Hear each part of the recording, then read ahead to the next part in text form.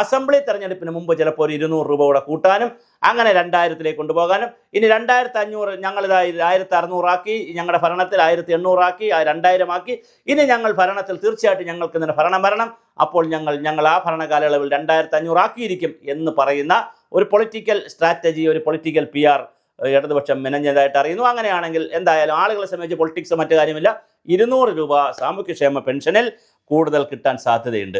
അതുപോലെ തന്നെ ഒരു 20,000 കോടി രൂപയെങ്കിലും ഉണ്ടെങ്കിൽ മാത്രമേ DA കംപ്ലീറ്റ് 7 DAയും കൊടുത്ത് തീർക്കാൻ കഴിയുകയുള്ളൂ. അപ്പോൾ ഇതിന് ഇതുവരെയുള്ള 11 DA ഉണ്ടെങ്കിലും 4 എണ്ണം കൊടുത്തു കഴിഞ്ഞു. 11-ൽ 4 കൊടുത്തു കഴിഞ്ഞാൽ പിന്നെ ഉള്ള ഒരു 7 DA ആണ്, 7 DA ആണ് പിന്നെ കൊടുക്കാനുള്ളത്.